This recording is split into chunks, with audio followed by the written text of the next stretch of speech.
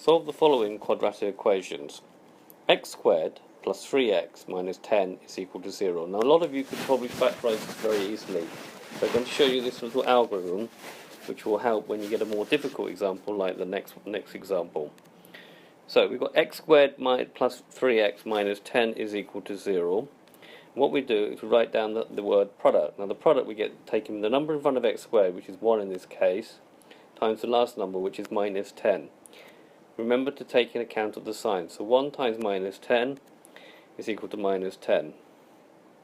The sum will be equal to 3, which is the middle number.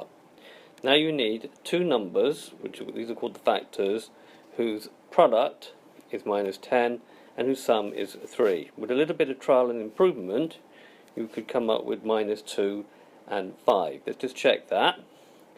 Minus 2 times 5 gives me minus 10, that's what I wanted for the product. And minus 2 plus 5 gives me 3, and that's what I wanted for the sum. So we now have x squared minus 2x plus 5x minus 10 is equal to 0. Now we'll do what's known as factorisation by grouping. So group the first two terms. By the way, it doesn't matter which way round you write these two. Now the common factor here is x, and we're left in the bracket x minus 2. And the common factor here is 5, and we're left with x minus 2. Now if you've done this procedure correctly, here and here you will have the same thing in each bracket. And this now acts as a common factor, and it can come out. And you're going to be left with x plus 5.